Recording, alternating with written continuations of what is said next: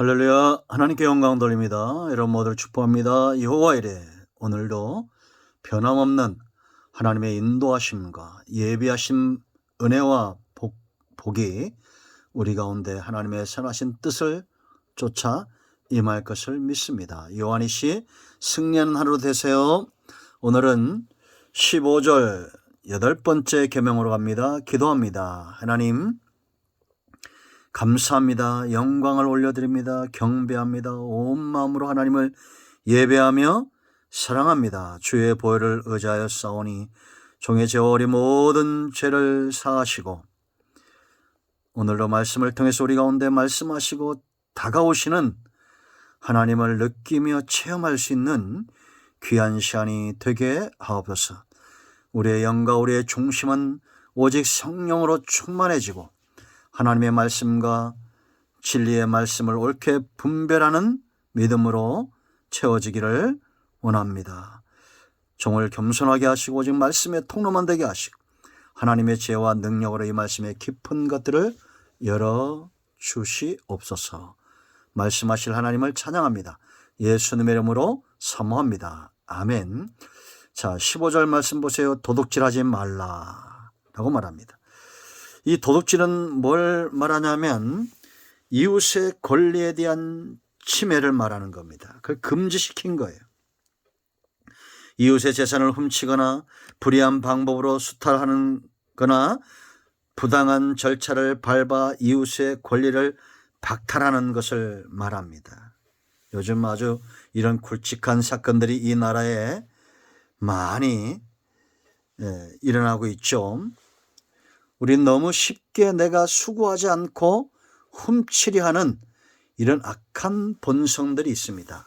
이건 절대 하나님으로부터 오지 않았겠죠. 그러므로 여러분, 우리가 아이디어든지 다른 사람의 아이디어든지 기술이든지 정보를 도용한다든지 또 요즘 컴퓨터가 잘 되어 있기 때문에 남의 것을 쉽게 그렇게 노래 한 곡이라도 그렇게 가져가는 거 잘못된 것입니다. 항상 대가를 지불하고 내가 수고한 것을 먹고자 하는 것이 중요하다라는 겁니다. 이 도둑질도 마음 중심에서 나오는 것이고 사탄에게 이미 그 영역을 빼앗기고 있다라는 건, 여러분 도둑질한 사람은 모든 죄는 다 같이 오는 거죠. 거짓과 도둑질과 간음과 살인과 이 모든 것들은 다 출처가 사탄이지 하나님이지 않다라는 겁니다. 그러므로 파수꾼을 세우는 것이 굉장히 중요합니다. 왜 우리가 이 남의 것을 수탈하거나 훔치는 이런 삶을 살지 말아야 되느냐? 내가 사랑하는 하나님이 원치 않기 때문에 이게 가장 중요한 이유입니다. 하나님은 범죄한 이후에 아담과 하와에게 살 길을 주셨습니다. 그 살 길이 뭡니까?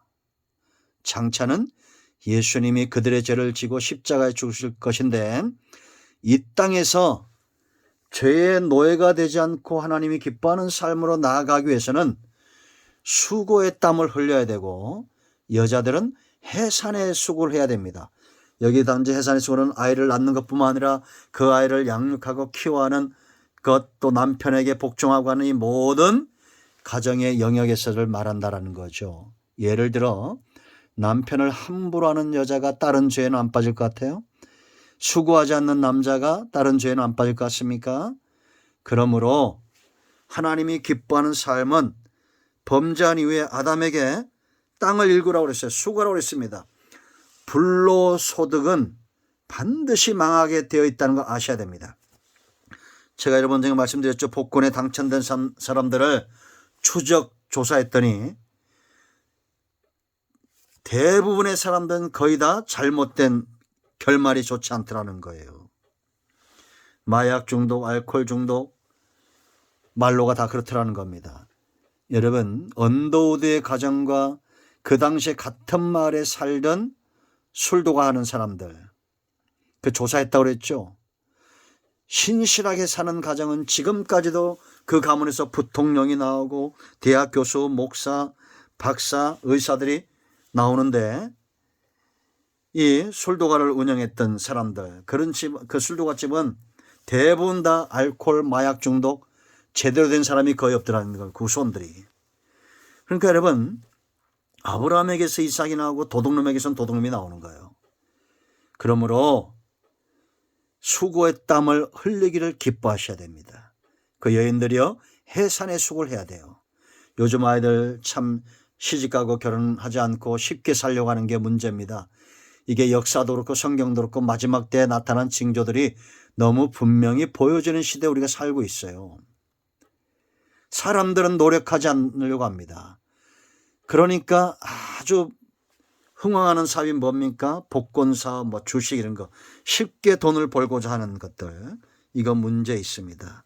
그래서 여러분, 정말 복 있는 인생은 어떤 것이냐? 시편 128편 보세요. 여호와를 경외하며 그의 길을 걷는 자마다 복이 있다 그랬습니다. 왜? 네가 네 손이 수고한 대로 먹을 것이라, 네가 복되고 형통하리라. 그러니까 여러분, 수고하는 사람, 땀을 흘리는 사람이죠. 이런 사람은 근본이 뭐예요? 여호와를 경외하고 그의 길을 걷는 자다라는 겁니다.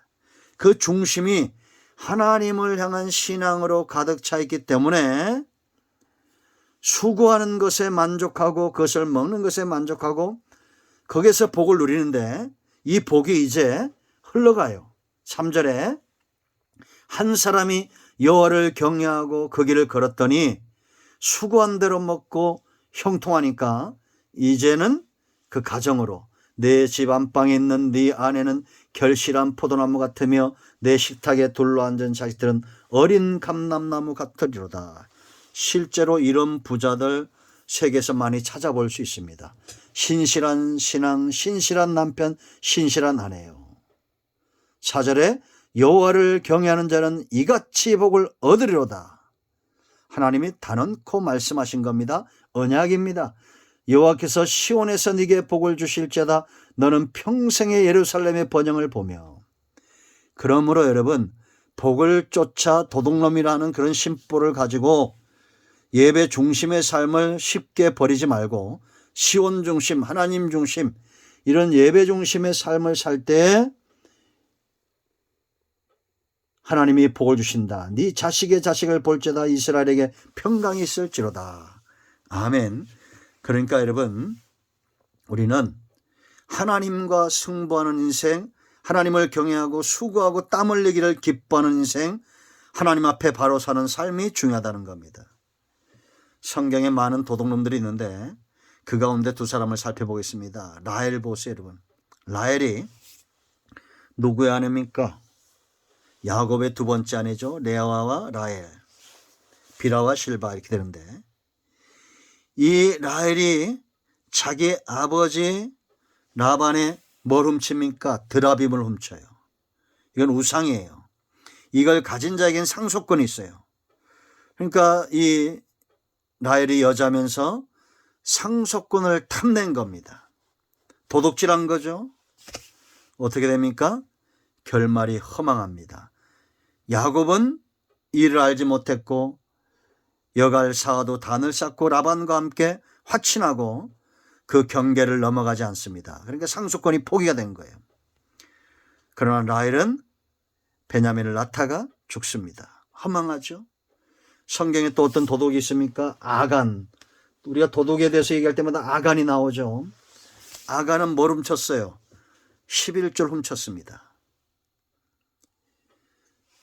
그가 노력한 물건 중에 신할산 아름다운 외투 한 벌, 200세겔 나가 200세겔과 은 200세겔과 무게가 50세겔 되는 금덩어리 하나를 보고 탐내어 가져갔다고 그랬죠. 그런데 이거는 신할산 외투나 200세겔이나 금덩이를 훔친 게 아니라 하나님의 11조에 손을 댄 겁니다.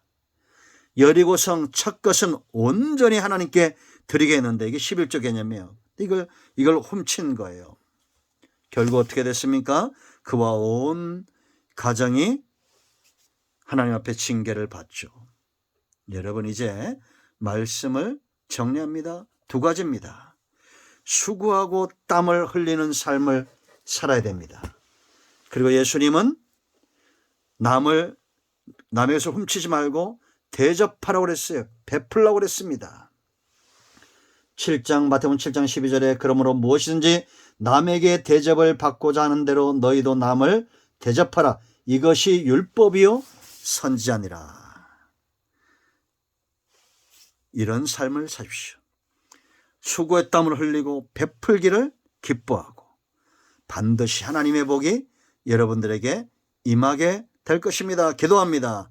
영광과 감사와 존귀가 우리 하나님께 있습니다. 온 마음으로 하나님을 사랑합니다. 수고의 땀을 흘리는 자들에게, 여호와를 경외하는 자들에게 그 자손과 가정이 복을 받는 은혜가 있게 하시고, 베풀고 나눠주는 삶을 사는 자들에게 근심과 염려가 사라지게 하옵소서.